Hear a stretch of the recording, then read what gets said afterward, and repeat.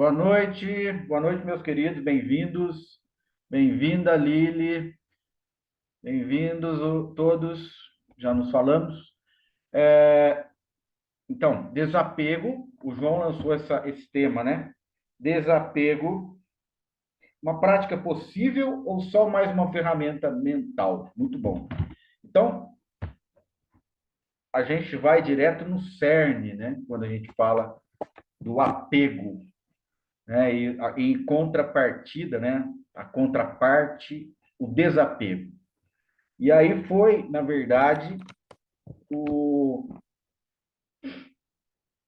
a síntese que o próprio Buda faz sobre o sofrimento, né? Então, o sofrimento é gerado a partir do apego e da aversão, né? Os dois são caracterizados por desejos, né? Então, o apego é eu desejo, eu quero obter, né? É ativo. A aversão seria passivo, né? Mas a aversão é um desejo também no sentido de não querer, tá? E aí o desapego seria então você conseguir viver não experimentando mais o sofrimento, porque se você se livra desse gosto não gosto, você em todos os sentidos fica livre, livre disso que nos aprisiona, né? Que isso que puxa a gente em direção a aquilo, né, que nós ansiamos ou que não queremos, né, aquilo que queremos evitar. E isso tem uma força muito grande. Então a gente pode começar a observar que o sofrimento nasce da intensidade desse querer ou desse não querer, né? Então a gente poderia abordar esse assunto de uma forma mais displicente, que seria dizer aquela questão de vir de cima para baixo. Não tenha apego, ou tenha desapego, do jeito que a gente está colocando o tema de hoje. Não é fácil. Isso não é um passe de mágicas, né? Ó, a partir de agora eu não vou ter mais apego nenhum a nada. Eu vou, e também não vou rejeitar mais nada. O que vier, tá tudo certo. Então, é algo, eu diria, até fora da condição humana, né? É, isso de cima para baixo, né? Como se fosse uma regra para você obedecer essa regra. Então, aparentemente, a gente pode criar uma situação onde a gente está aparentemente obedecendo isso. Mas a gente, no fundo, né, no interior, naquele sentimento mais forte, a gente pode viver isso intensamente. Então, me vem também aquela figura daquela pessoa, não sei se vocês já viram a pessoa, que é o falso calmo. Alguém já viu o falso calmo? Aparentemente, por fora, tá falando macio, falando baixinho, tá tudo bem e tal, mas por dentro tá explodindo. Olha lá o falso calmo lá. O João é um falso calmo. Ednita é uma falsa calma. Então é isso. É aquela coisa. Por fora, a gente pode até aparentar uma coisa, mas o que manda mesmo é o que está dentro. A gente já está falando isso várias vezes, né? Durante os satsangs aqui. Então não adianta a gente negar, reprimir. Ah, então vou reprimir meus desejos. Eu vou afirmar, não tenho desejos, mas eu estou reprimindo esses desejos. Ah, não tenho aversão, estou reprimindo a aversão. E a gente sabe qual que é o resultado disso. Aí vai explodir uma hora, porque é forçado, né? Não é natural, né? Então a gente tem que partir de um princípio que eu acho que a gente é um direcionamento que a gente tem, a gente fala muitas vezes aqui também, que é o estado natural. O que a gente está falando? A espontaneidade. Na espontaneidade, a gente não cria muito conflito, né? Então, você vive assim, de uma forma fluindo. Então, o estado natural não é um estado nem que você está discriminando muito, né? Será que eu vou praticar o desapego? Se eu penso que eu vou praticar o desapego, eu já estou apegado, né? Então, você falou, né, João, da mente. Se a gente tem alguma intenção de praticar o desapego, a gente, será que com essa prática a gente quer obter alguma coisa? Se a gente quiser obter alguma coisa, a gente já está apegado naquilo, naquela ideia, né? Para que você quer praticar o desapego? Ah, para eu estar no estado natural ou deixar de sofrer. Então, eu quero deixar de sofrer. Então, você já vai ter um desejo, né, de querer deixar de sofrer. Ou seja, é uma preocupação a mais. Se você está num estado natural, isso não passa pela sua cabeça, né? Agora, como ficar no estado natural é outra questão, né? Então, eu diria mais que praticar o desapego é benéfico? É benéfico. Se for uma coisa sincera, uma intenção sincera, é quando você vê, nossa, eu estou muito, estou exagerando nas coisas, né? Por exemplo, eu tenho apego à comida. Então, eu começo, normalmente eu como muito, né? Eu tenho apego a chocolate. Então, eu estou indo toda hora com e isso aí, eu tenho apego ao álcool. E no fim vira aquela questão do vício, né? Então, a gente não pode ignorar também, o mundo espiritual não pode ter, né? Nós vamos praticar o desapego de outra forma, a gente está apegado, se a gente for praticar o desapego. É uma outra instância. Mas na instância, vamos dizer, relativa do dia a dia, a gente tem que notar que se isso está me fazendo mal, eu começo bebendo uma cerveja, depois eu começo a beber cachaça, depois eu começo a beber uísque, depois eu começo. Aí vai virar um vício e vai fazer mal. Então, é um apego, né? Que logicamente está criando um problema, um sofrimento, inclusive físico. Então, a gente tem que apreciar essa questão do desapego também nesse nível, né?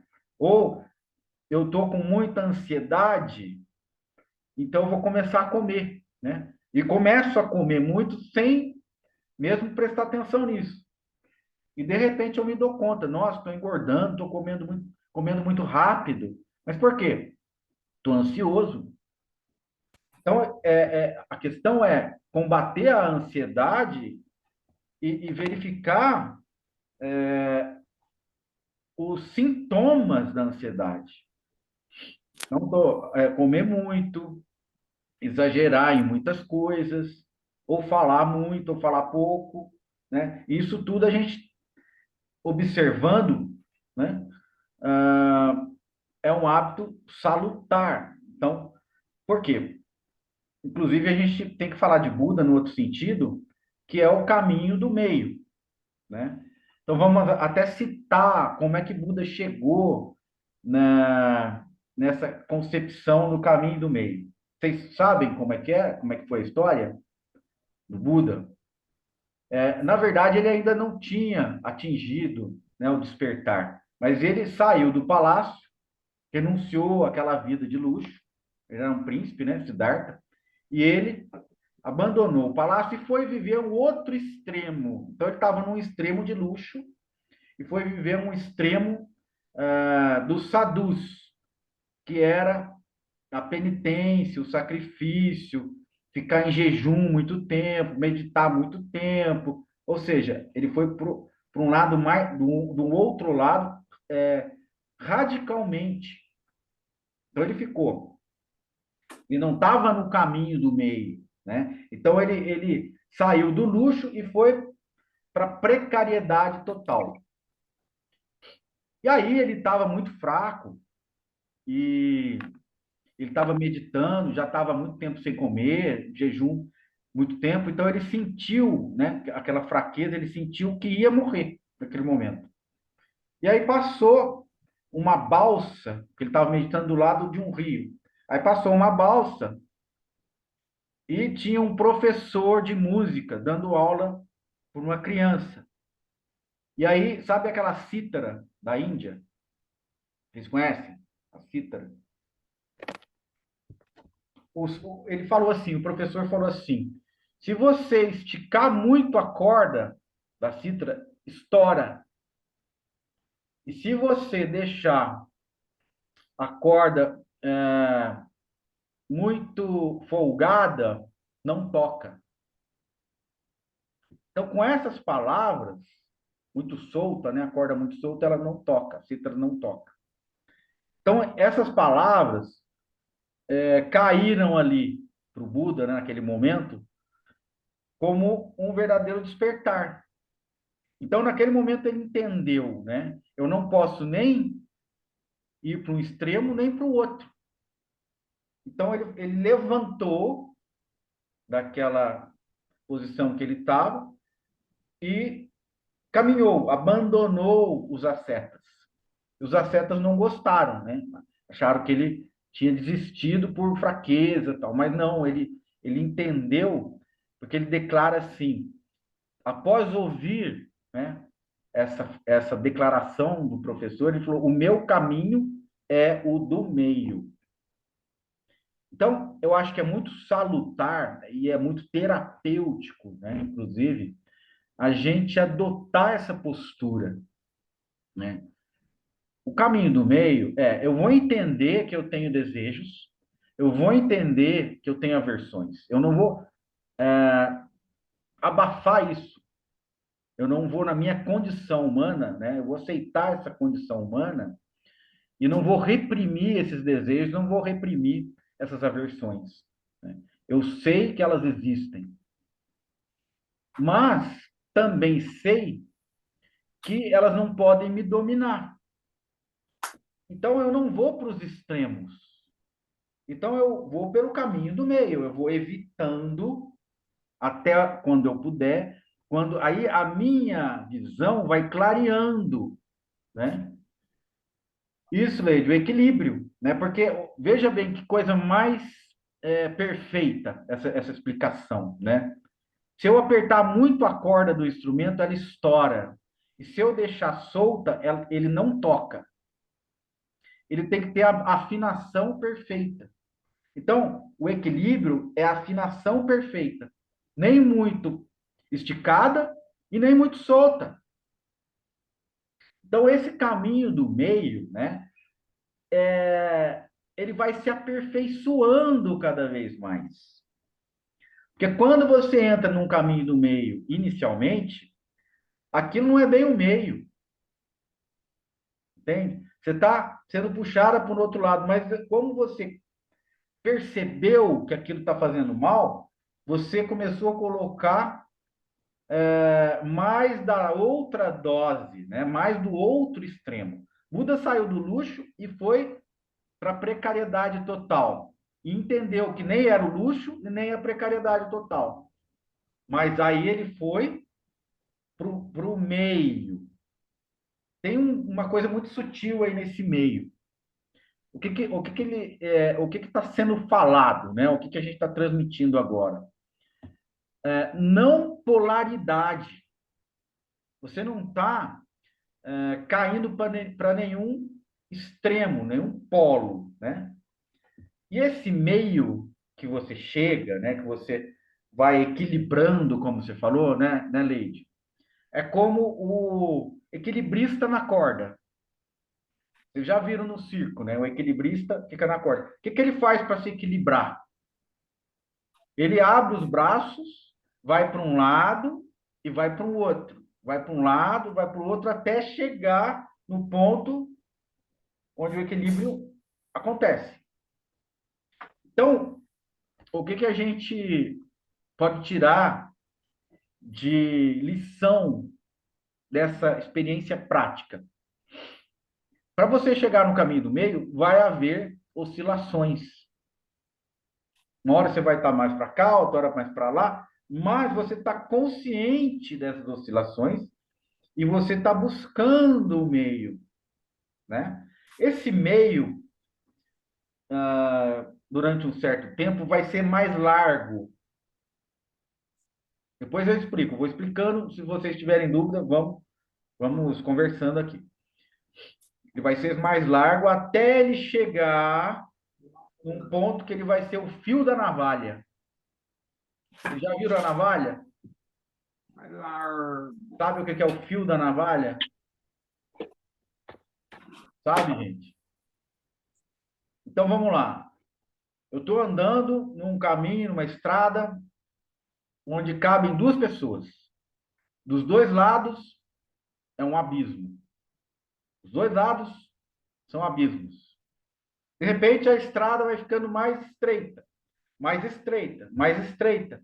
O fio da navalha é aquilo que corta, né? Então, isso é uma imagem, né? Uma analogia, uma metáfora. Mas se você chega no fio da navalha, você está muito mais afinado, chegando na nota perfeita, fazendo uma analogia aí da cítara, né? Então aquilo vai havendo um refinamento, tá? Vai havendo um refinamento. Mas por quê? Porque você vai amadurecendo e vai ficando mais consciente. E é isso que a gente está falando no satsang aqui, né? Quando a gente tem lucidez, clareza, a gente não se deixa aprisionar tão facilmente. Nem por um polo, nem por outro. A gente não é puxado nem muito para a precariedade, nem muito para o luxo. A gente começa a ver que os polos, ou sentir que os polos não fazem mais sentido. Então, como que você, por você, se libera, né, do apego ou da aversão, que são as causas que o Buda aponta como as causas do sofrimento? Estando consciente disso e vivendo no dia a dia de uma forma a refinar isso na sua própria experiência. Quando você vai refinando isso na sua própria experiência, você vai deixando de ter interesse em ficar de um lado ou do outro, porque esse interesse representava uma falsa ideia, uma identificação infantil ou precária ou superficial. Você via sentido em continuar daquele jeito. E depois você não vê mais. Então, o fato do desapego é não ver sentido em continuar apegado. Então, não é algo que você seja obrigado a fazer no sentido de reprimir isso. Existe a força dentro de você, a força de buscar aquilo. Como a gente estava falando do álcool, né? Existe uma atração para você tomar um uísque, uma vodka, alguma coisa assim, todos os dias. Mas não é o álcool em si, é o efeito do álcool. Qual o efeito do álcool? Eu relaxo, eu me sinto bem, mas no outro dia ele cobra, né? Ele vai cobrar o preço daquele relaxamento, né? Só que aí você vai querer de novo aquele relaxamento. E esse é o princípio do vício, né? Você vai querer de novo, você tem de novo aquele relaxamento. Então, o que que você está buscando? Você está buscando aquele relaxamento, aquela desligar dos problemas, desligar do mundo, né? Assim a droga, assim o álcool. E quando você consegue isso sem o álcool e sem a droga, o que vai acontecer? Você vai deixar de usar porque não tem sentido. Por que que não tem sentido? Porque você vai notar no próprio corpo os males, né? Vai ver a dor que está sentindo. Agora, isso não é suficiente quando você vê muito sentido. Eu quero tomar um porre hoje porque eu vou ficar contente e essa alegria vale mais do que eu passar mal amanhã. Então eu vou tomar, não tem problema. Eu sei que eu vou passar mal, mas não tem problema. E aí, em algum momento, você passa tão mal, mas tão mal, que aí esse mal que você está passando vai ser mais importante do que o porre. Pô, eu estou passando tão mal, que eu não vou querer mais beber desse jeito. Então você foi para o outro extremo, né? Mas isso é aquilo que o equilibrista está fazendo na corda. Vai para um lado, vai para o outro, vai para o lado até atingir o equilíbrio. E quando ele atinge o equilíbrio, ele não está sendo atraído nem para um lado nem para o outro. Ele venceu a gravidade, ele venceu a força da gravidade. Naquela posição que ele está, ele deixou de ter interesse por um lado e pelo outro. Então, os dois lados se anulam. O que é o fio da navalha? É a posição onde o interesse não faz você oscilar mais. Eu não tenho mais interesse. O que me joga para um lado e para o outro? O interesse. Eu tenho algum interesse. Se eu não tenho esse interesse, se eu tenho essa ausência de interesse, é porque eu não vejo mais sentido em ir para aquele lado ou ir para o outro. Mas isso tem que ser uma coisa natural, uma coisa que você vai entender por você mesma, por você mesmo. Não adianta. Então, tem essa experiência também da gente pegar uma pessoa viciada e internar a pessoa à força. É a mesma coisa, né? Ah, isso aí está te fazendo mal. Nós estamos vendo que está fazendo mal, nós vamos internar você e acabou. A sua vontade não interessa. Então, aí, é mais ou menos isso que acontece com tudo que a gente faz. Então, se você toma consciência que aquilo te faz mal, você vai para o outro lado. E aí, se você toma consciência que você também está exagerando em alguma coisa do outro lado, você volta e aí você vai buscando esse equilíbrio até chegar no fio da navalha, que é o ponto onde essas forças não atuam,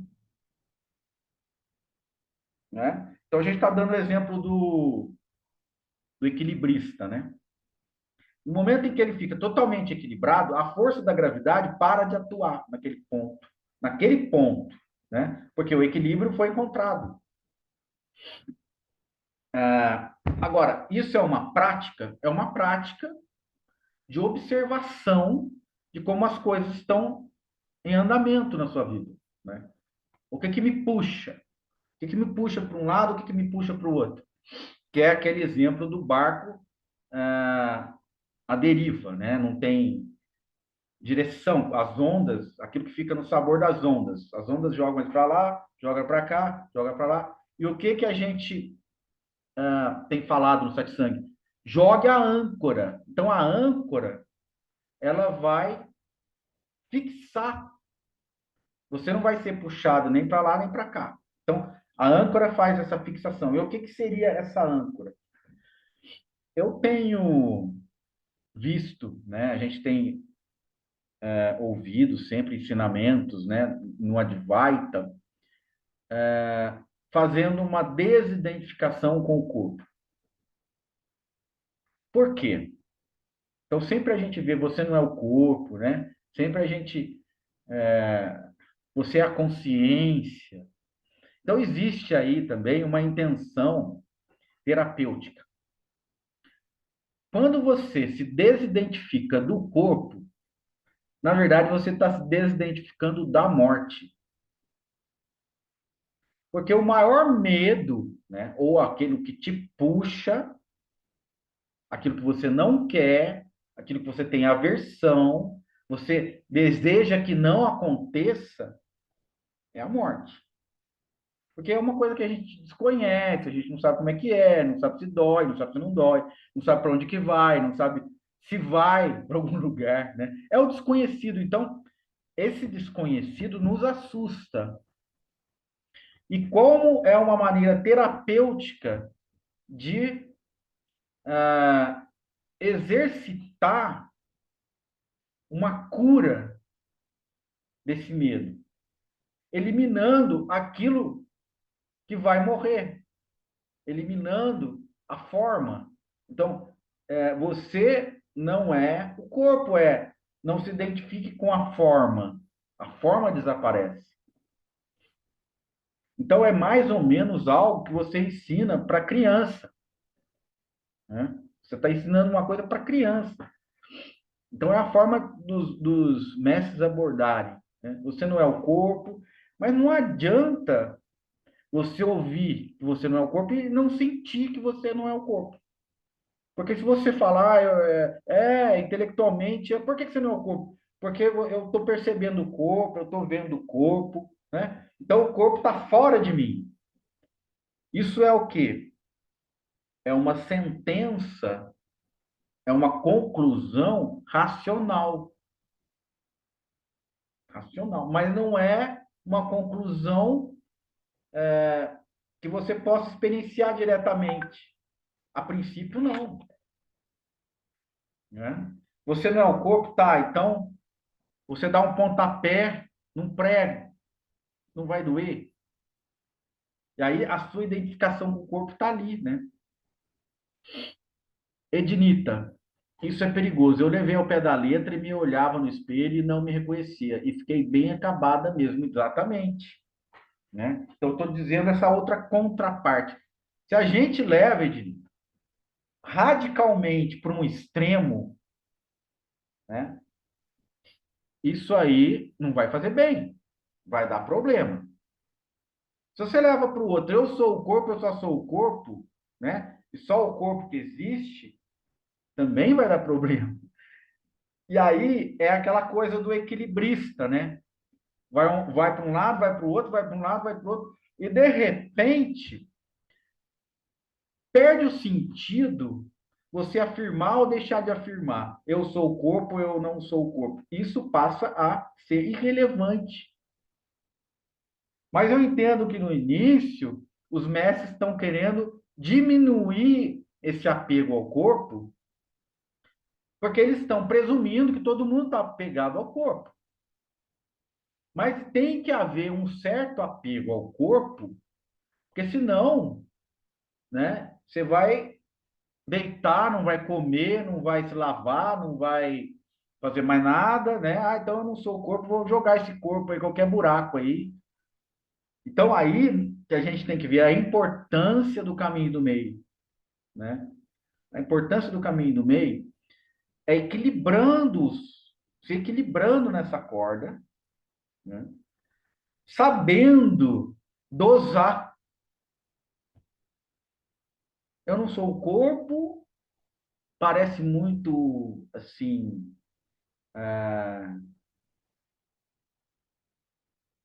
racional diante dessas colocações, né? Eu observo o corpo, então como eu posso ser o corpo se ele é observado, né? Mas por outro lado, não existe uma divisão entre aquilo que observa o corpo e o corpo. Isso não é uma coisa separada. Então, se eu falo assim, eu observo o corpo, eu não sou o corpo. Mas essa observação acontece sem haver uma separação. Se haver alguém que observa o corpo. Eu não estou num outro local observando o corpo, consigo ver o corpo longe de mim. O corpo está numa realidade imediatamente surgida, né? Com tudo, com todas as coisas, com o mundo, com os sentidos, com a intelectualidade, com a inteligência, com consciência. Então, mesmo a gente dizendo eu sou consciência, parece que a consciência está num outro lugar. Ela está num lugar afastado, tá separada. Não está separada. Tudo surge ao mesmo tempo. né? Então, quando a gente vai, vamos dizer assim, ah, dissecando essas coisas, a gente vê, eu faço essa leitura, né? Que os mestres estão dando, assim, doses terapêuticas para ajudar as pessoas, né?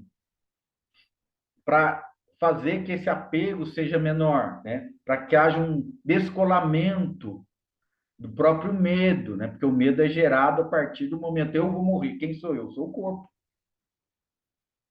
Então eu tenho medo de morrer porque eu sou o corpo. Mas também a gente vê que essa fórmula não dá certo em todas as situações, como a Ednita trouxe ali, né? E também, como eu falei, eu não sou o corpo, então azar do corpo, não vou cuidar mais dele e vou jogar ele na rua aí e acabou. Não é isso, né? Então a gente vai chegar num ponto que, como o próprio Ramana falou, que eu acho muito bonito isso, né?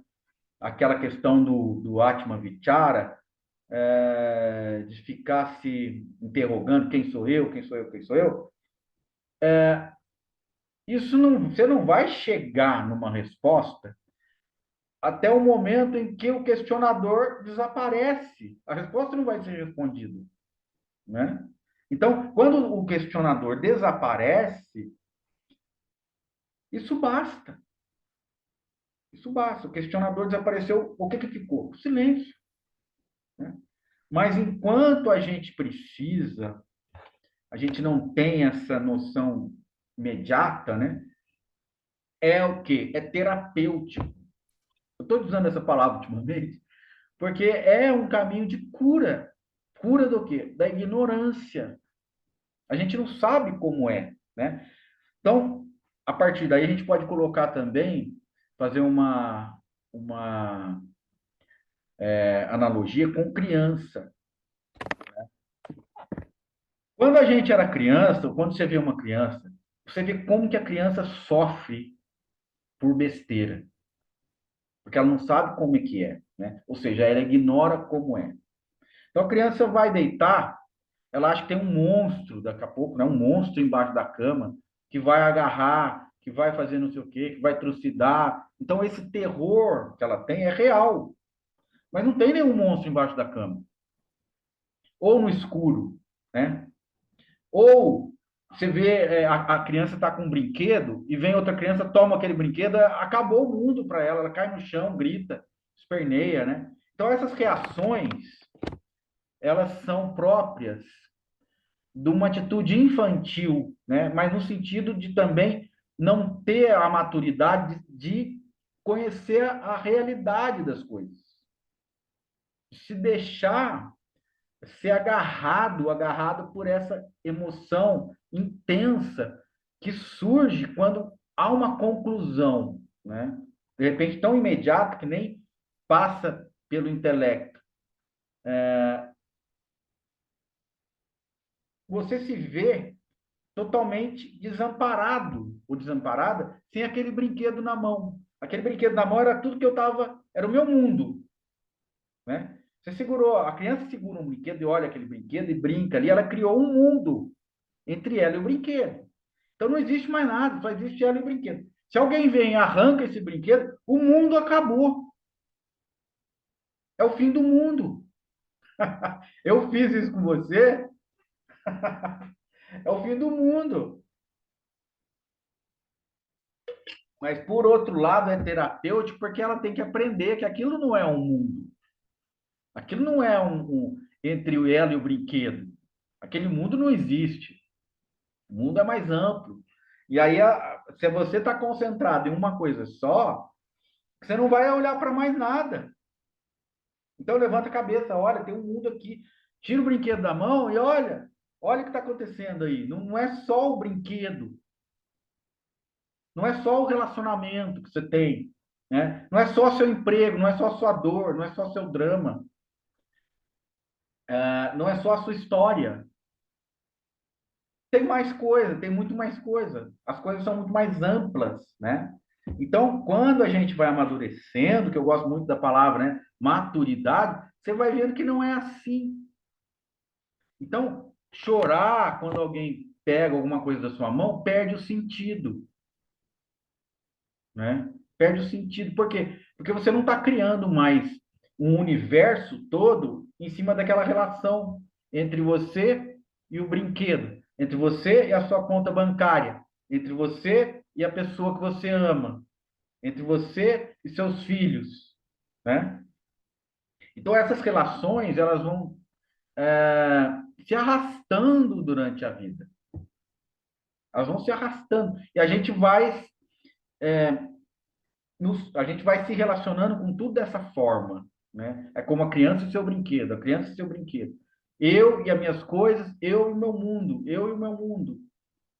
Então, os mestres vêm e falam, você não é o corpo, para começar a desmoronar, desconstruir essa ideia, né? A ideia de quem é você, eu sou o corpo, eu sou aquilo que eu gosto. Porque tudo que a gente se identifica passa a ser um prolongamento de nós mesmos, né? Ah, uma coisa que eu gostei muito, que eu comprei, um vaso maravilhoso com flores, tá lá em cima do meu armário, né? Se alguém vai lá e quebra o vaso, o que você vai sentir? No mínimo raiva, né? Mas o que é aquele vaso, né? Realmente, o que significa esse vaso? É uma coisa que em algum momento ia quebrar. O vaso foi feito para ser quebrado. É da natureza do vaso quebrar, né? Senão ele não quebrava. Então, se a gente tem a maturidade de analisar isso, olha, esse vaso é feito de porcelana, porcelana quebra. Em algum momento esse vaso ia se quebrar, né? Não foi hoje.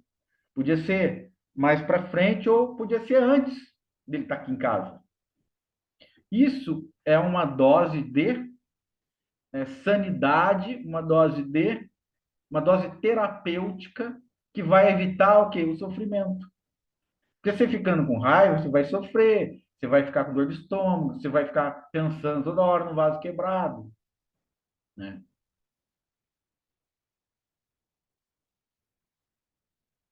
Tem uma história budista de um general que tinha uma xícara muito valiosa, e aí ele pega aquela xícara, e aí tem um descuido, a xícara cai e quebra. Então aquilo, o mundo acabou. Então ele pegou, mandou pegar ouro, pegou, juntou os cacos da xícara e foi beber o chá. Então a xícara ficou assim, colada com ouro, né? E aí ele teve de volta aquela forma, né, da xícara e tal. Aí ele pegou a xícara para beber o chá. Na hora que ele estava bebendo o chá, tudo isso veio na cabeça dele. Mas se eu estou aqui e o meu mundo, eu fui aprisionado por essa xícara, né? Porque eu dei muito valor para essa xícara, eu não quero que essa xícara desapareça. Então aí está o apego. Eu quero permanecer sempre com essa xícara porque ela é a coisa mais valiosa do mundo. No momento que ele percebeu esse aprisionamento, sabe o que ele fez? Jogou a xícara no chão, quebrou a xícara. Então, isso é uma libertação, né?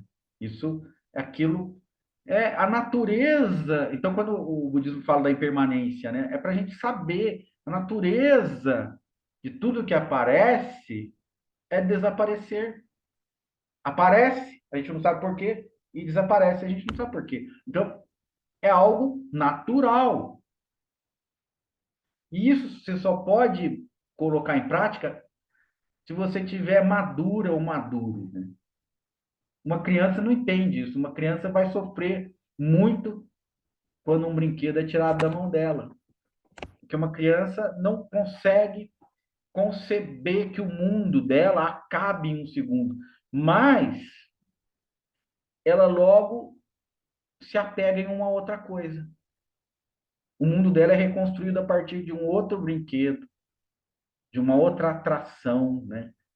Então, essa atração, isso vira um vício ao longo da vida. E aí, no budismo, isso é chamado a mente de macaco. É quando pula para lá, pula para cá. Porque você chega no lugar, aquilo te atraiu para você chegar lá. Quando você chegou e pegou aquele fruto que estava te atraindo, aquilo perdeu, você perde o interesse. E uma outra coisa começa a ser mais interessante. Aí ele pula para lá. Então, isso é o quê? Um comportamento. Né? Então, a gente vai notando que existe aí um comportamento. E aí, João, chegando no tema que você ofereceu hoje, né? Essas investigações, né? Essas abordagens, elas vão clareando quanto o apego nos faz sofrer. Então, não adianta praticar o desapego sem ter um motivo, sem ter um sentido para que haja o desapego. A gente tem que ver quais são os males do apego para que o desapego surja naturalmente. Então vamos lá, aquela coisa que eu falei da bebida, né? Eu vou beber para me sentir bem, não sei o quê, aí no outro dia eu estou passando mal. Até o dia que eu passar tão mal que vai me fazer deixar de beber. Então, se alguém chegar para a pessoa que está bebendo e falar para de beber que faz mal, ele não vai parar. Então, ele tem que ver por si mesmo. Cada um aqui sabe que o apego não é bom. Mas não adianta eu chegar para você, qualquer João, qualquer um aqui, e falar, olha, não seja apegado, pratique o desapego. Vai adiantar? Não. Por quê? Porque não tem uma clareza diante disso. Se eu falo para vocês, olha, o apego é pecado e você vai para o inferno, então não pratique o apego, você vai praticar escondido. Isso está vindo de cima para baixo, não tem nenhuma explicação, não tem nenhum motivo claro para que você deixe de ser apegado ou apegado.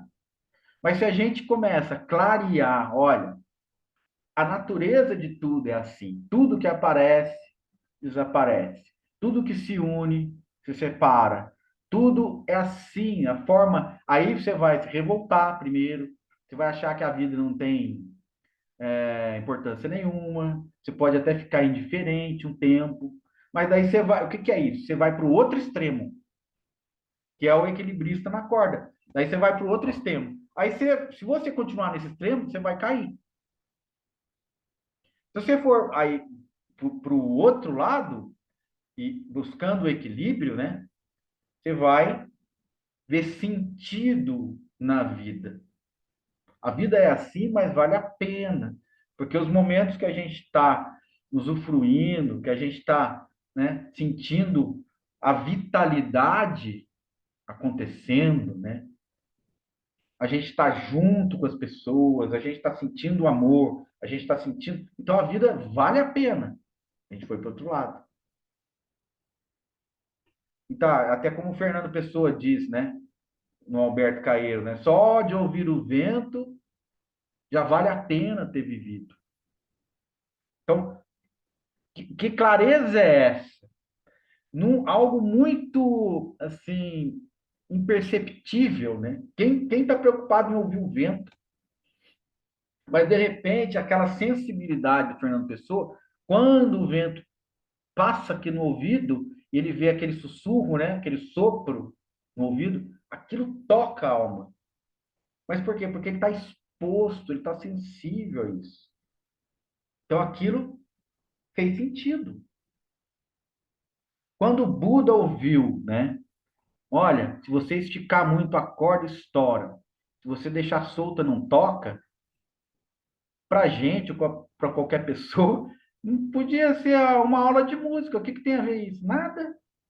Então, vou continuar aqui na minha miséria, né? Na minha precariedade, porque eu quero atingir a iluminação, né? Então, sempre tem aquele prêmio.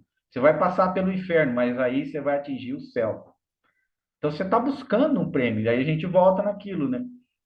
Praticar o desapego para quê? Para ter apego a alguma coisa que você quer no final.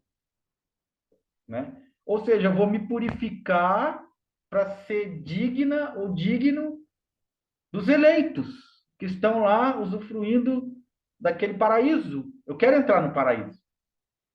Então, eu quero, eu desejo, né? Aquilo é um aprisionamento. Está preso de novo. Né? Se o desapego é um meio para atingir um fim, por que você quer desapegar? Praticar o desapego para me tornar iluminado, desperto, para eu atingir, né, a realização. O que é isso? Aprisionamento. Então, em algum momento, vai dar ruim, não vai dar certo. Né?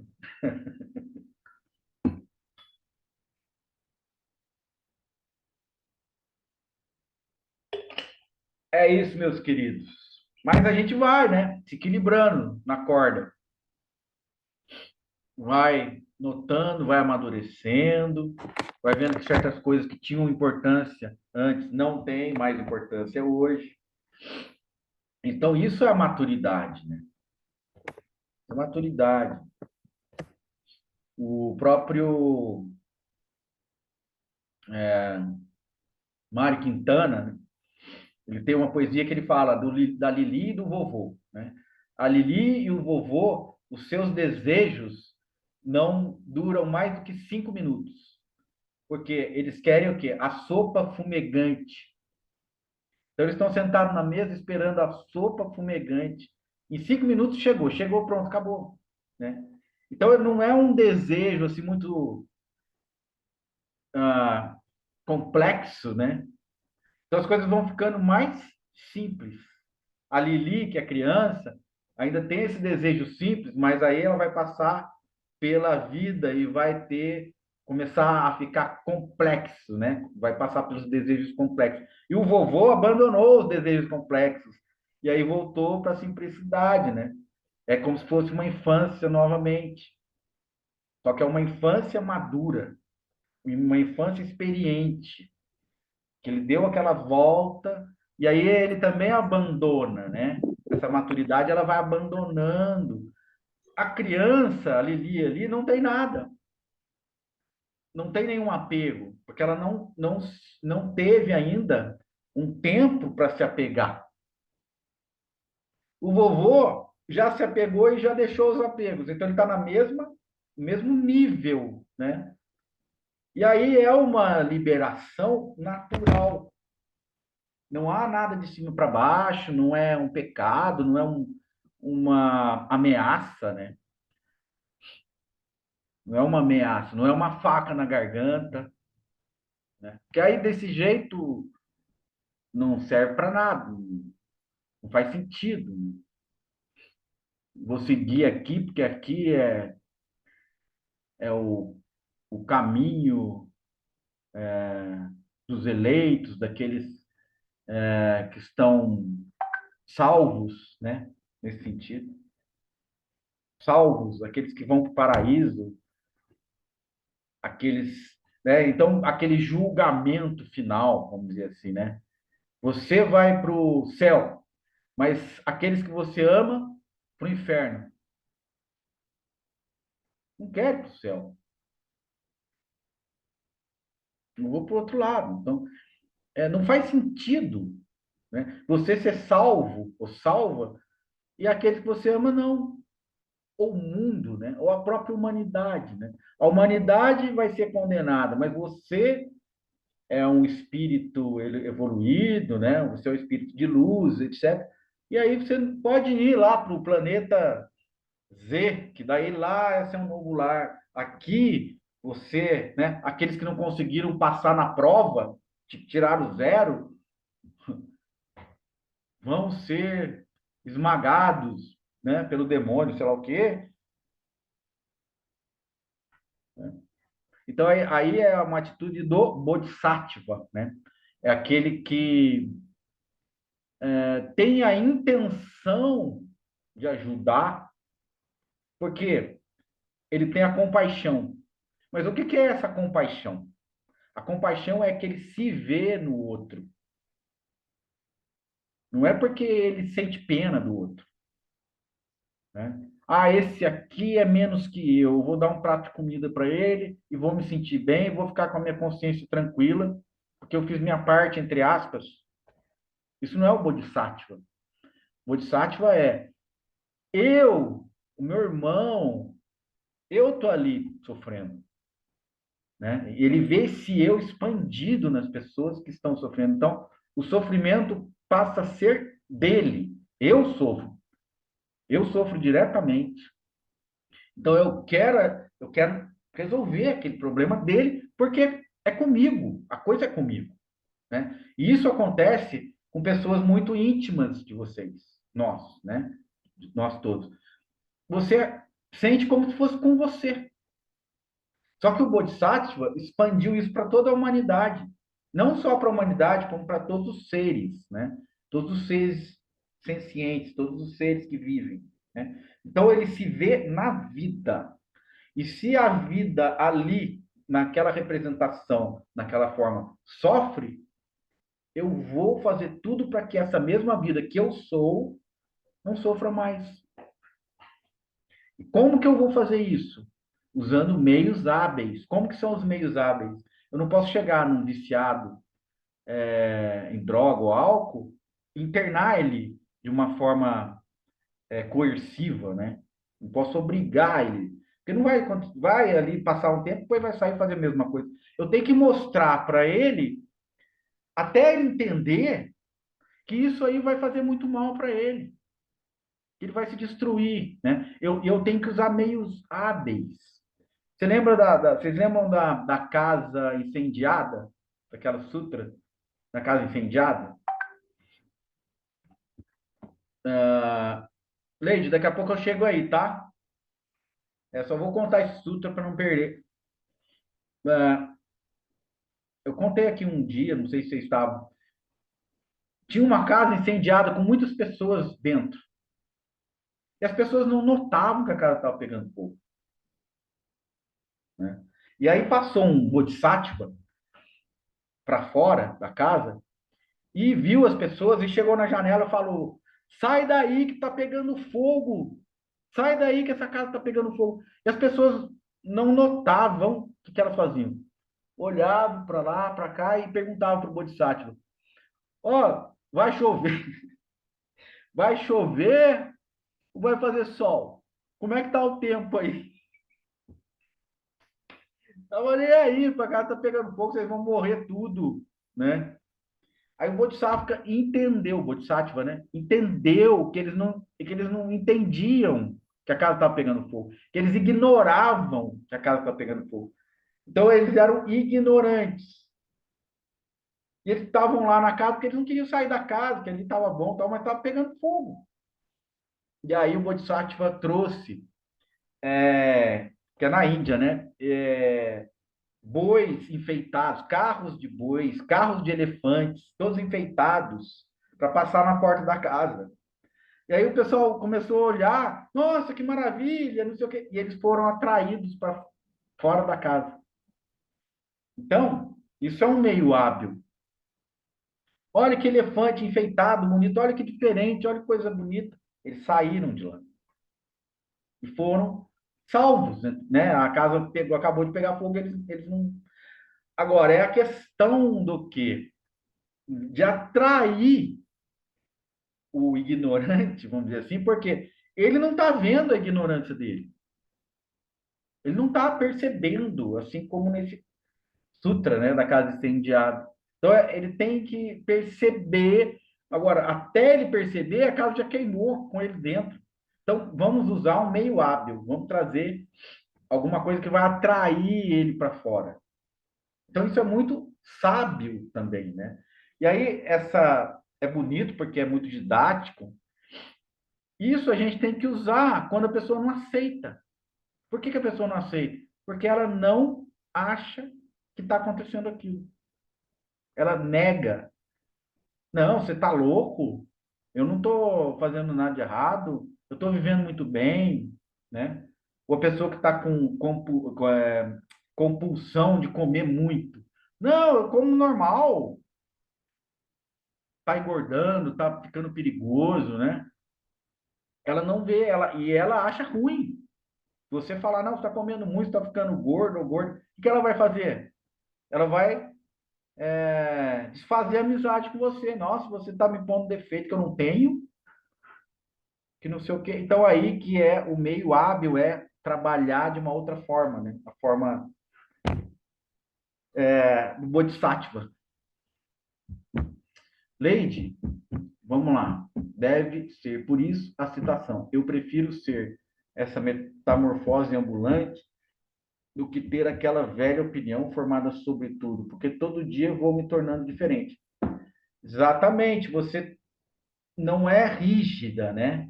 Então a flexibilidade, você trouxe uma coisa legal, porque a flexibilidade é que faz o equilibrista se mover, né? Se ele for rígido, ele cai. Então ele tem que ter essa flexibilidade, né? Então a metamorfose, né? Você está mudando a cada dia. Na verdade, eu prefiro até ordenar um pouco isso, né? Porque a metamorfose ela pode ser tanto um dia você está madura, no outro dia você está infantil de novo. Aí não é sabedoria, aí como se diz? É em dois médicos aí. É o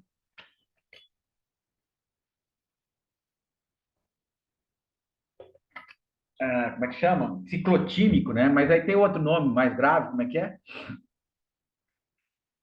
Bipolar. É. Aí é bipolar. Um dia eu tô bem, outro dia eu tô ruim. Um dia eu tô bem, outro dia eu tô ruim. Então, um dia eu tô criança, outro dia eu tô adulto, maduro, não sei o quê. Então, a metamorfose ambulante, ela é muito solta, né? A questão é equilibrar. Vai de um lado, vai do outro, vai de um lado, mas a direção você sabe qual que é.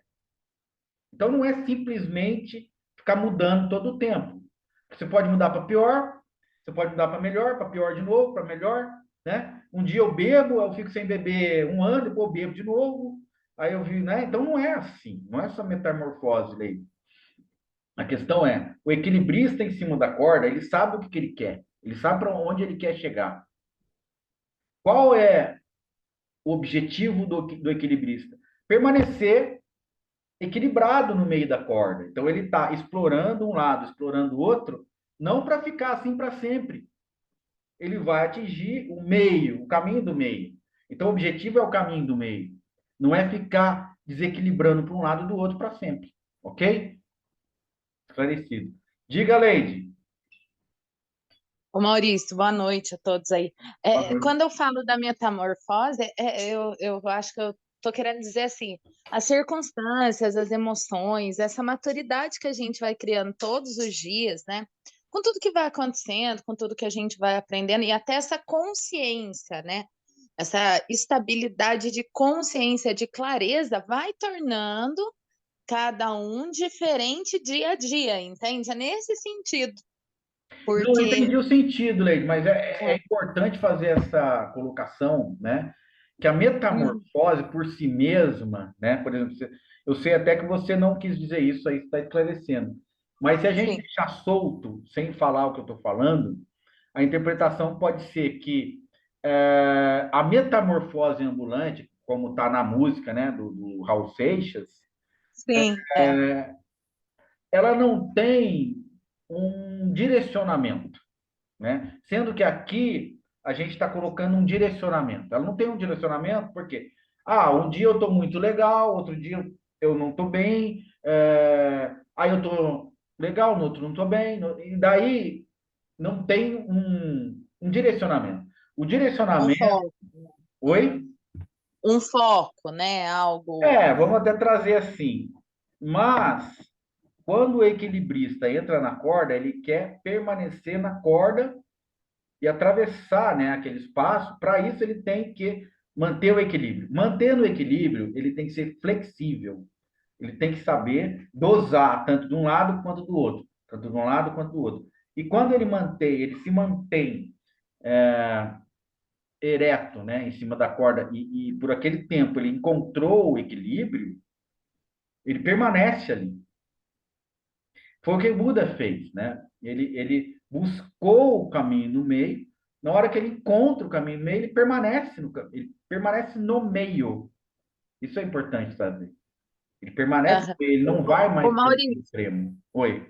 uma pergunta assim. Hoje, uma das coisas que mais faz com que a gente esteja em desequilíbrio talvez seja vivenciar as emoções assim de uma forma desregulada, porque tudo traz emoção, certo? Uhum. Mas é uma dos principais fatores hoje, esse descontrole, né, talvez das emoções, do dia a dia.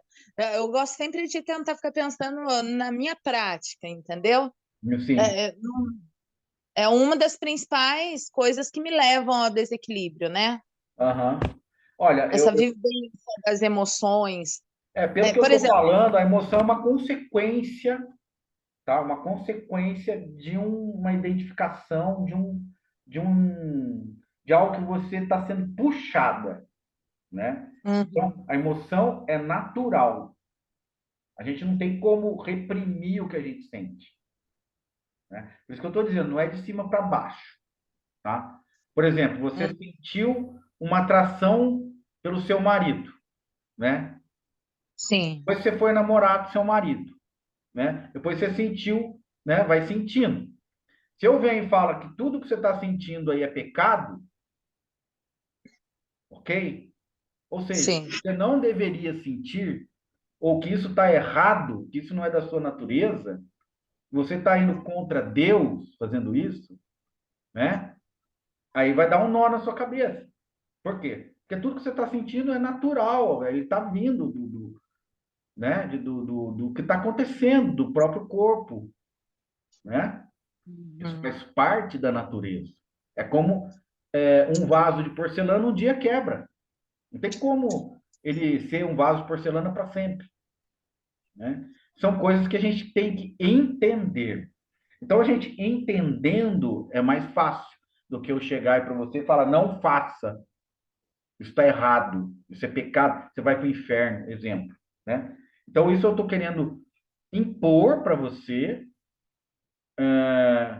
algo que foi classificado como pecado, impor isso para você, goela abaixo, né? E você, através da intimidação e do medo. Você pode até deixar de fazer aquilo que eu estou dizendo que é pecado, mas por medo de ir para o inferno, ou de ser castigada, ou de, sei lá, né? Tá entendendo, Leide? Então, Tô entendendo, tô entendendo. Uhum. então aí é uma imposição, tá? É uma imposição. Agora, a questão que a gente está trazendo aqui é pelo entendimento, você. Por que que Buda levantou e disse que o caminho dele era do meio? Porque ele entendeu o que o professor falou, professor de música. O professor de música falou assim: se você esticar muito a corda, estoura. Se você deixar frouxa, não toca. Ele entendeu que isso era a vida dele. Ele estava falando sobre a vida dele. Se você levar radicalmente para um lado ou para o outro, o sofrimento vai acontecer, né? Agora, as emoções, elas são naturais, mas de acordo com a sua ação. Exemplo, que eu falei da criança. Se você tira um brinquedo da mão de uma criança, que ela está muito ali envolvida com aquilo, a criança chora, grita, se revolta, né? O que que é isso aí? Emoção, Leite. Que emoção que ela está tendo? Raiva, né? Raiva da pessoa desmoronar o mundo dela. E a partir daí, né? Se for uma coisa que não tenha muito controle, ela pode começar a odiar essa pessoa. E isso é um exemplo, né, da criança com brinquedo, mas para a gente usar em todas as nossas situações de vida. Isso aí não para em momento nenhum, né? Nós, como Não, adultos, sim, agimos e eu assim até muitas vezes, né? Eu até enxergo assim, esse mundo da criança com o brinquedo, eu vejo que a gente leva muito para a vida adulta, né? A gente Exatamente. cria mundos e cria vários brinquedos, e quando a gente é Isso, contrariado, exatamente. quando a gente. Eu enxergo muito bem isso. Nossa, até hoje mesmo passei por uma cena muito Então, assim, isso é de comum, relacionamento, né? isso é E estou comum. enxergando isso agora. Aham. Isso é comum. Agora, o que que desperta isso? Emoções. Como é que chama essas emoções? Emoções perturbadoras, que levam você ao sofrimento, né? Levam as pessoas ao sofrimento. Mas da onde está surgindo essa emoção? De um entendimento equivocado, né? Eu Sim. usei aquela questão do sutra, né? Do sutra não, da história do general que tinha uma xícara muito valiosa, tal. Ele na hora que quebrou a xícara, ele sofreu intensamente. Mas depois, quando ele colou a xícara com ouro, não sei o que, e depois ele foi tomar o chá, ele percebeu que a natureza da xícara é quebrar em algum momento. Então, na hora que ele jogou a xícara no chão e a xícara quebrou, ele se libertou do desejo de manter a xícara intacta. Ou seja, ele viu que todas as coisas mudam, que todas as coisas são impermanentes, entende? Então, isso foi uma libertação. Por quê? Porque ele deixou de sentir essas emoções perturbadoras. Ele não sentiu raiva, ele não sentiu frustração, ele não se culpou. Porque quando ele quebrou a xícara, ele se culpou, sentiu raiva, não aceitou o momento presente, que o Adyashanti fala muito, que é muito legal também, né? Iluminação é não ter nenhuma exigência sobre o momento presente. Então ele exigiu que fosse de outra forma. Nessa exigência, ele estava preso. E as emoções são de sofrimento, raiva, culpa, todo tipo de emoção que faz você sofrer. Então a emoção, ela é uma consequência de uma conclusão que você tem, de um entendimento que você tem equivocado, equivocado, né?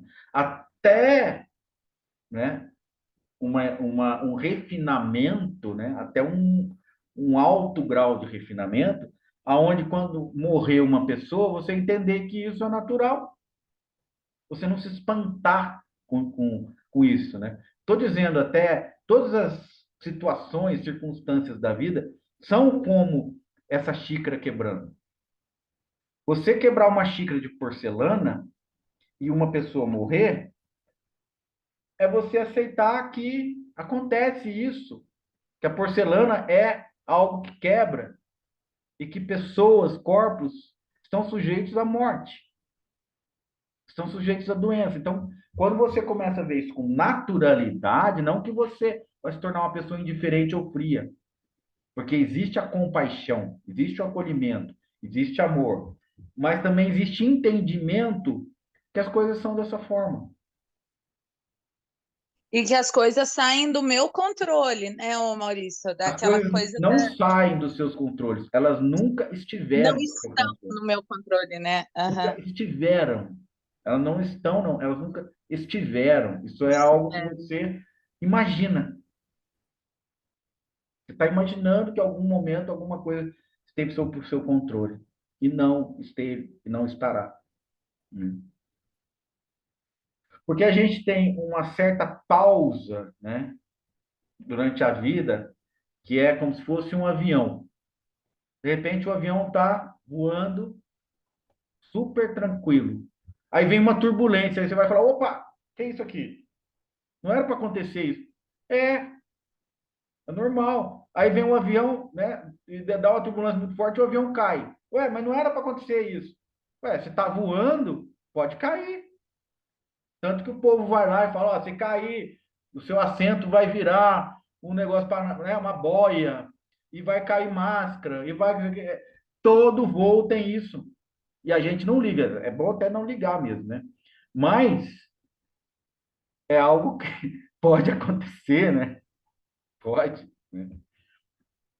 Então, é uma aceitação que não é fácil, né? Mas é algo que você está buscando o caminho do meio, você está entendendo que é assim. Mas isso também não pode te puxar para o lado da indiferença e da frieza, porque isso é uma revolta contra o que está acontecendo, ou seja, uma exigência contra o que está acontecendo. Então, a aceitação é você viver plenamente alegre nessa situação, vendo a vida como um milagre, vendo a vida como uma bênção, vendo a vida como algo que vivifica e viver. Simplesmente viver, né? Simplesmente Sem viver. exigências, né? Uhum. Oi, Leide. Não, não, eu estou complementando o que você está falando. Eu estou aqui pensando isso mesmo. Simplesmente viver, né? Viver. É. Aproveitar isso, viver. Uhum.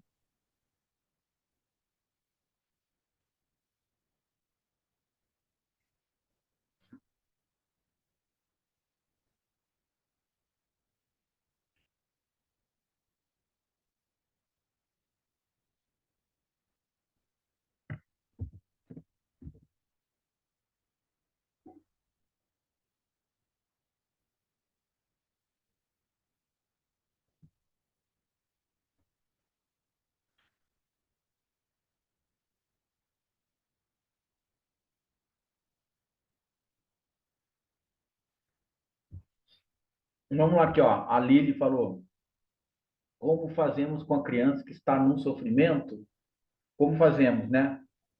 O desequilíbrio vem mais por resistir às emoções e à vida, e não pela presença delas, certo?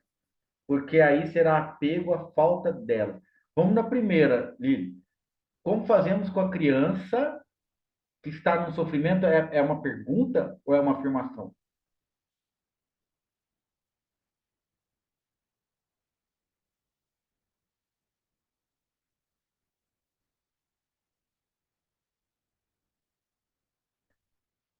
Tá abrindo?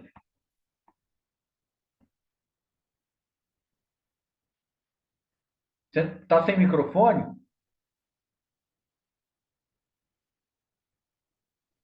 Oi. Oi, agora Ah, deu, tá. né? Abriu. Como Então, fazer? eu escrevi que você estava falando de alguma coisa aí que eu não lembro o que que é, Maurício. Eu não lembro, mas era tipo assim, era comentário só, não era uma Ah, pergunta. tá bom. É. Agora, esse outro aqui, desequilíbrio vem mais por resistir às emoções e É, à vida e não pela presença delas. é Olha, porque a Lady, fala-me. não, porque a Lady tinha dito algo mais ou menos assim que pelas emoções, né, pela intensidade das emoções, mais ou menos isso, né, viria o desequilíbrio, né? Então, eu acho que não é pela presença delas, mas por a gente tentar julgar, né? Buscar julgar, dizer que é boa, que é A emoção é uma consequência. e a resistência das coisas que aparecem, porque se a gente vive e sente de uma forma natural, né? Então não vai ter. Então, mas Não, a consequência é uma consequência. A emoção, as emoções são uma consequência. E o que cessa essa emoção perturbadora? O entendimento. O entendimento. Oi, oi, Leide.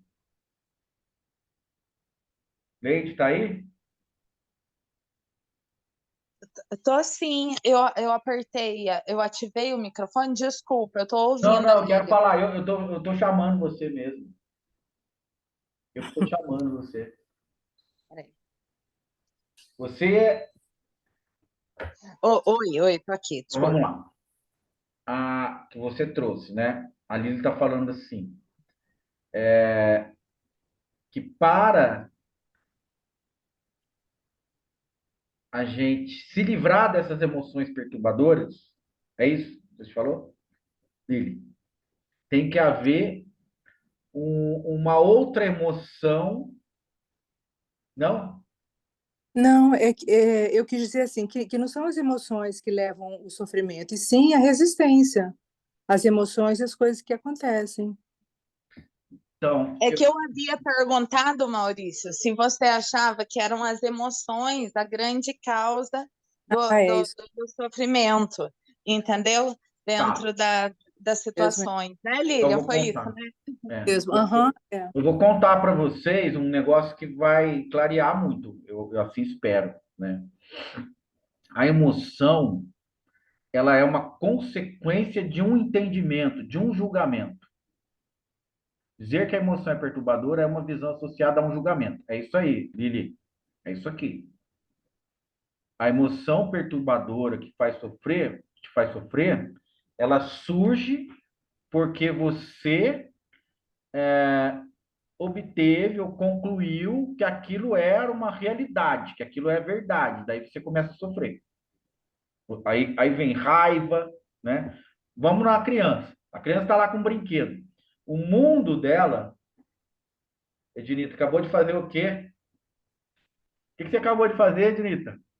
De associar o sofrimento aí com as ideias mentais. Isso, Aí veio uma onda assim que tá até doendo o peito, assim. isso.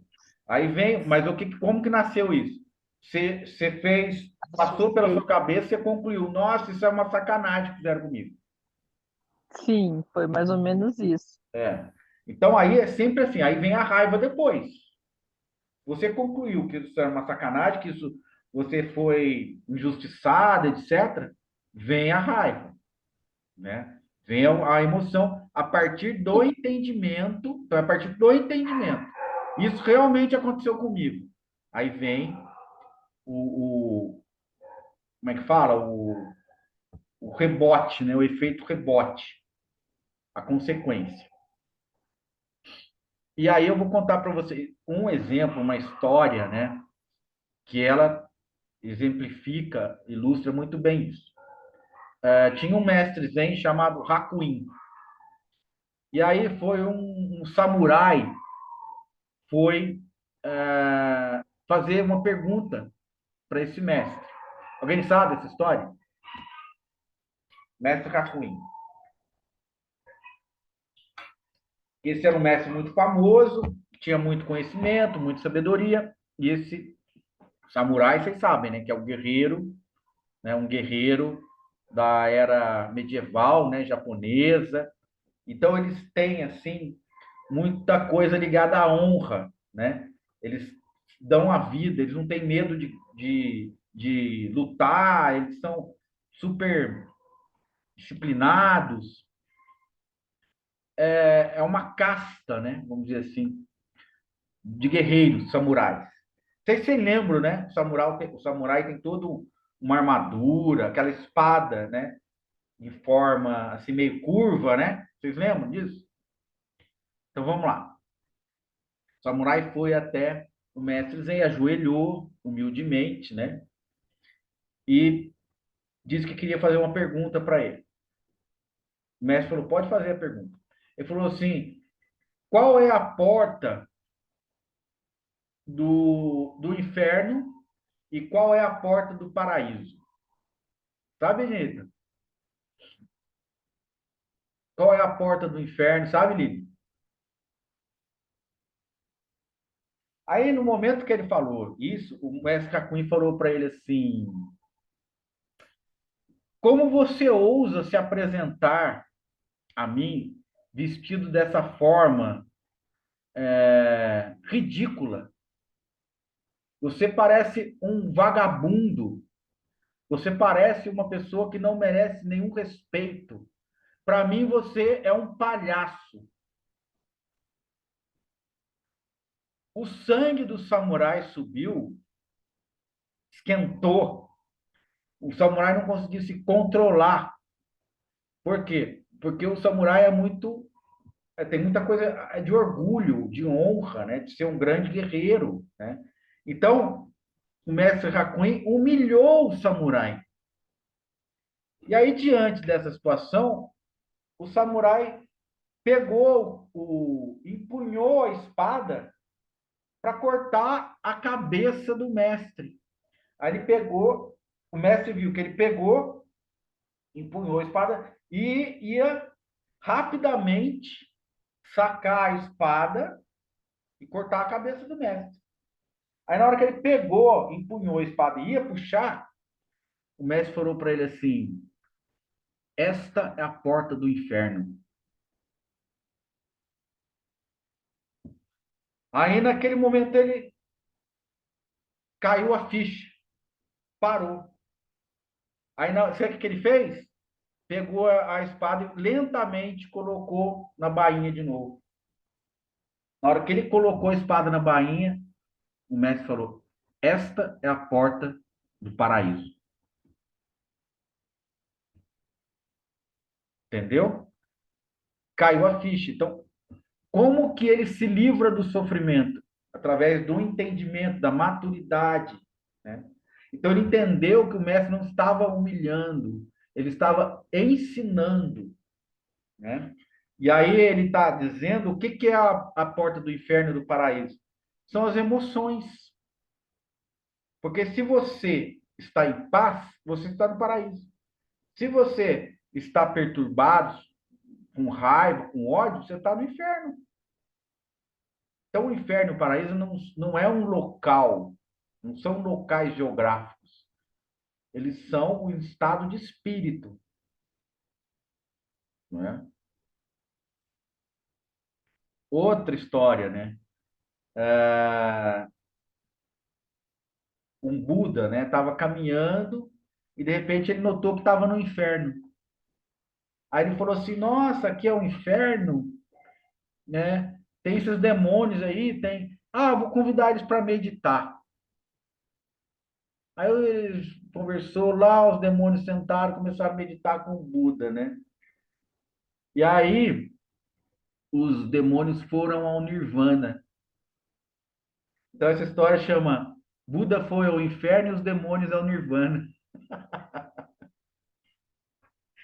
Entendeu? Então, o que é isso? O Buda, quando estava no inferno, na verdade, ele é o Nirvana. Então ele não está no inferno, ele está no Nirvana, sempre. Aí ele levou o Nirvana para o inferno, né? E os demônios, independente disso, estavam no inferno e foram ao Nirvana. E Buda também, né? Buda foi ao inferno e os demônios ao Nirvana. Então, é uma história que, né, ilustra muito bem isso também, né? Com relação a essas questões da emoção. Fala, Leide. Nossa, tô passada aqui comigo. Eu vivo na porta do inferno. Jesus, Bom, Maurício de você Deus. não vive na porta, você vive dentro. É dentro, isso. Sabe por quê? Porque a porta, você vai estar na porta só no momento que você perceber que é um inferno. Que aconteceu com o samurai. Na hora que ele falou, essa é a porta do inferno. E se ele levantasse a espada e cortasse a cabeça do Hakuin, ele já estaria no inferno. Então, por isso que ele estava na porta, ele não estava no inferno. E quando ele guarda a espada, ele está na porta do paraíso. Mas ele também pode não entrar, porque ele pode continuar com raiva, lembrando do mestre. Esse mestre me humilhou, esse mestre me humilhou. Se ele coloca a espada e realmente se livra de todos os pensamentos, de toda a emoção perturbadora, ele está no paraíso. Por isso que essa questão que você trouxe foi muito legal, Leite. A porta. A porta é a entrada. Você pode entrar ou não. É Então, preferível ficar na porta, né, Maurício? olha, Ou pelo menos ter a se você consciência de pensar, que você está na porta, se você né? for pensar em termos de paraíso, não é preferido estar na porta. É preferido estar dentro. Entende? Se houver algum tipo de preferência, né? Então, não esteja nem na porta do inferno e nem no inferno. Esteja dentro do paraíso. E não esteja também na porta do paraíso. Esteja dentro do paraíso. Mas isso não é algo que vem de cima para baixo, né? Isso é em relação, se refere ao sofrimento, as emoções, né? Porque se você fingir que está em paz, por exemplo, vamos supor que o samurai fingisse que tinha entendido o mestre, para não pegar mal, ele guardou a espada dele. Para não pegar mal. Ah, eu entendi, obrigado, tal. E saísse de lá com raiva. Ele estaria no inferno. Ele continuaria no inferno, né? Então, a questão toda é o que? Espontaneidade. Então, espontaneamente, ele guardou a espada. Ele não foi movido por uma questão moral. Nossa, vai pegar mal eu cortar a cabeça desse chato aí. Então, vou guardar aqui e vou fingir que nada aconteceu. O que quer dizer isso? Quer dizer que ele está fingindo, né? Não é uma questão, nossa, vai pegar. Não, ele percebeu e entendeu. Então, existe um entendimento e isso, esse ato, né, foi espontâneo. Vou guardar a espada. Guardar a espada, tio. Guardou. Vou sacar a espada. Esse cara está me humilhando. Então, realmente, ele acreditou. Está me humilhando. Então, ele merece morrer. Vou cortar a cabeça dele. Aí, só que aí é a porta.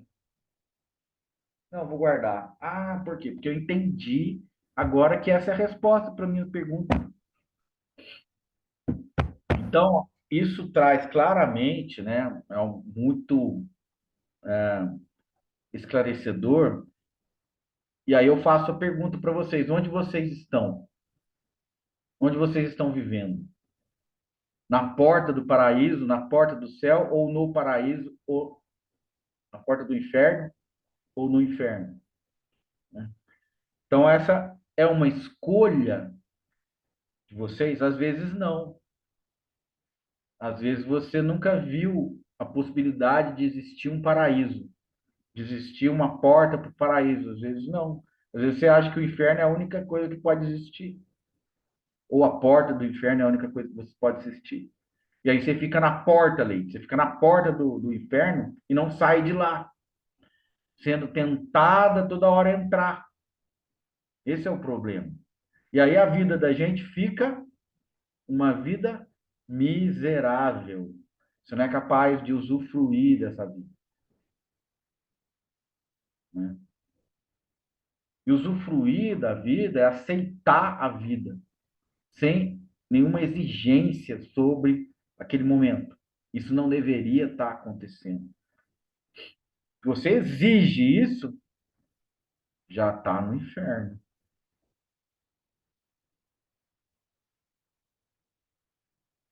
Como é difícil não ter essa exigência, né? É o nosso condicionamento. Por que a Sim. gente exige? A gente exige porque a gente não aceita como é. Como é? No filme tem um. Eu já falei isso aqui algumas vezes, eu acho. No filme do Pequeno Buda tem uma cena em que a criança, né, o menino, pergunta para o lama, né, que é um monge tibetano, né, já bem de idade. Você olha para ele, você é a personificação da sabedoria. Manjushri, que é o Bodhisattva da sabedoria, né? E aí a criança pergunta, né, porque ele ouve, né, as pessoas ali falando de impermanência, porque isso é falado no budismo, a impermanência. E aí ele faz essa pergunta para o lama, né? Lama Ganchen, o que é impermanência? Aí como é que um lama, né, erudito, foi criado a vida inteira ali no Tibete, desde criança, sendo monge, como que ele explica isso para uma criança? Aí ele explica pelo exemplo. Aí ele fala assim: tá vendo todas as pessoas nessa praça?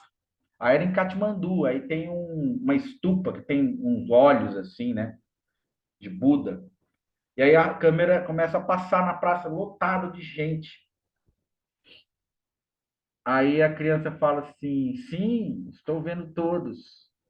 Aí o lama fala: impermanência é que daqui a 100 anos, todas as pessoas que estão nessa praça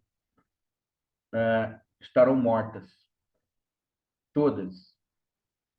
Aí no final ele sentencia: isto é permanente, é impermanência. Isto é impermanência. Então, é algo assim forte, né? Mas prático, que é mostrado. Nenhuma pessoa daqui a 100 anos estará viva. Todas morrerão. E aí, você não aceita isso. Principalmente se essas pessoas forem pessoas queridas, né? Você não aceita. Não aceita. E aí é aquela outra lição, né? Adianta não aceitar? Você vai mudar essa situação? Então, quando você começa a aceitar e começa a entender que as coisas são assim, você para de sofrer. Você começa a se libertar desse aprisionamento. Então, essa exigência, ela cria um aprisionamento. Qual é o aprisionamento? O desejo de que não seja assim, mas é. E não, você não pode fazer nada. Né? Então, a exigência está ligada à sua vontade. E a vontade, como a vontade da criança, é uma vontade intensa e viciada, intensa e ignorante, porque ela não sabe como as coisas são. Né? A criança ela faz birra, ela se joga no chão, ela quer isso, quer aquilo. O que ela está demonstrando? Uma contrariedade diante da realidade das coisas. As coisas não são assim. E quando você vai aprendendo, né? E vai aprendendo, você vai abrindo mão do seu controle e da sua vontade. Né? Então, no Pai Nosso também é bonito, né? Quando fala, seja feita a vossa vontade, não a minha. Porque a vontade é pessoal, é a vontade da criança, a vontade que é uma exigência. Por isso, não tenha nenhuma exigência. Não imponha a sua vontade às coisas do mundo. As coisas do mundo não são da forma que você acha que é. A vida é assim. Não tem o que se faça, é assim. Então, isso quando vai enraizando em você, né? Vai te deixando maduro, né? Madura. Né? E aí também vem agora aquela questão do Khalil Gibran, né? Sobre o amor, né? E que ele fala: abrace a vida, né? Deixa que o amor envolva com as suas asas. Mas você vai ser tocado pela espada que está ali. A espada também está ali, né? Desde que o amor te amasse e te amasse, né? Te revolva até você atingir a extrema brancura. Te amasse como um trigo, né? Até você atingir a extrema brancura, porque aí você vai estar preparado para gerar o pão da vida, né? O pão do banquete divino que ele fala, né? Então, isso tudo são palavras assim, maravilhosas, mas que estão mostrando que a vida, que viver é um, uma aceitação da dor, né? Uma aceitação também do sofrimento. Então, o sofrimento não é algo estranho que não deveria estar acontecendo. Se ele vem, né?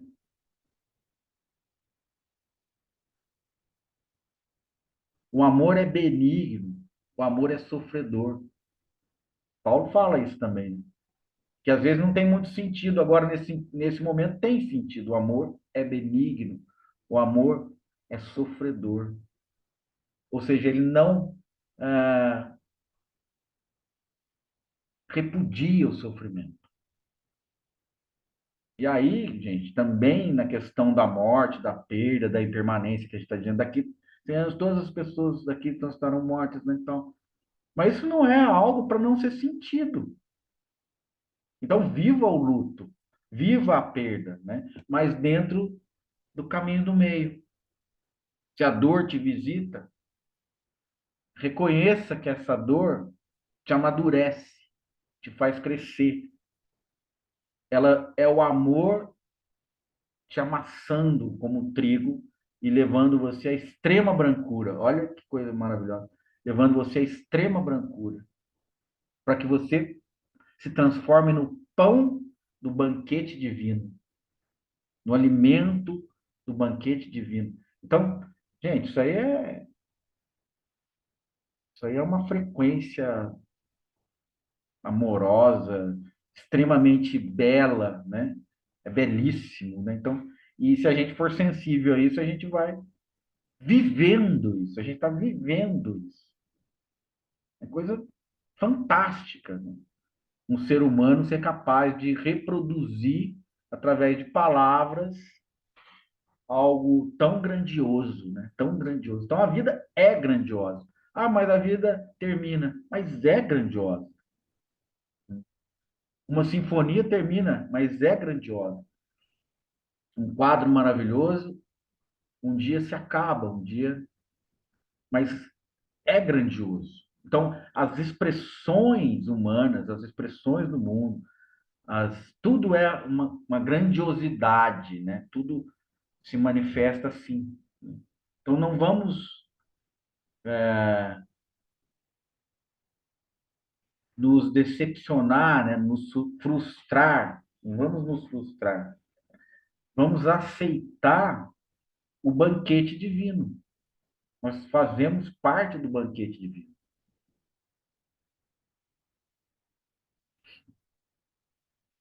Vamos reconhecer a grandiosidade de tudo, né?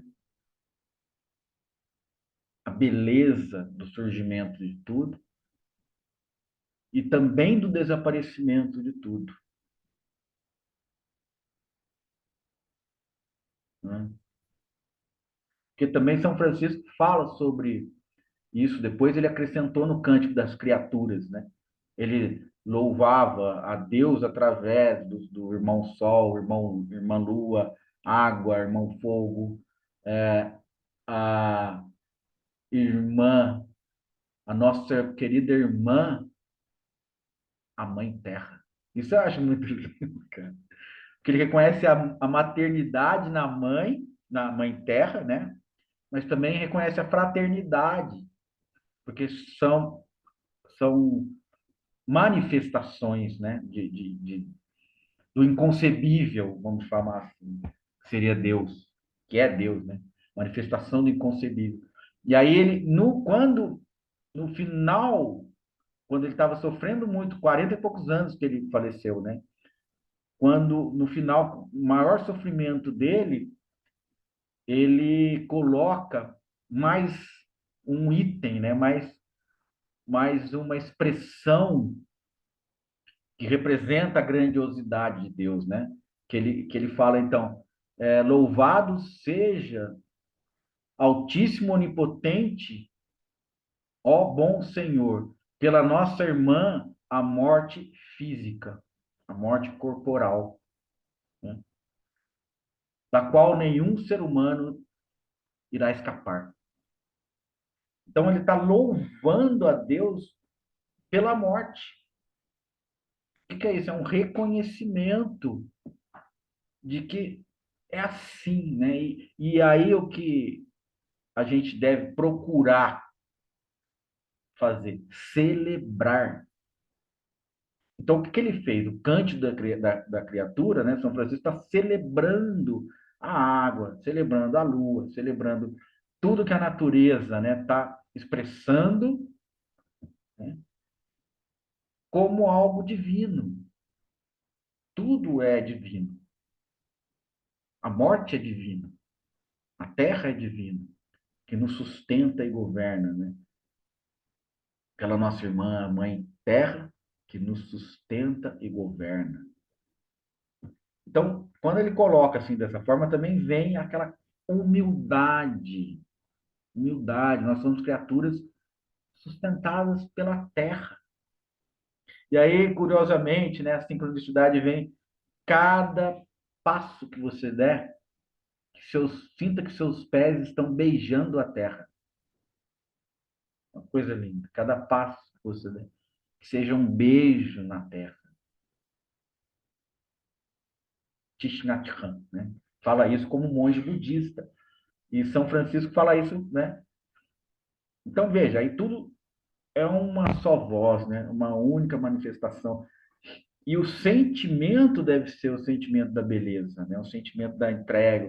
Então, aí não, a gente está além do intelecto, mas foi através do intelecto, através do entendimento. Esses são instrumentos importantíssimos para que a gente consiga transcender a ignorância.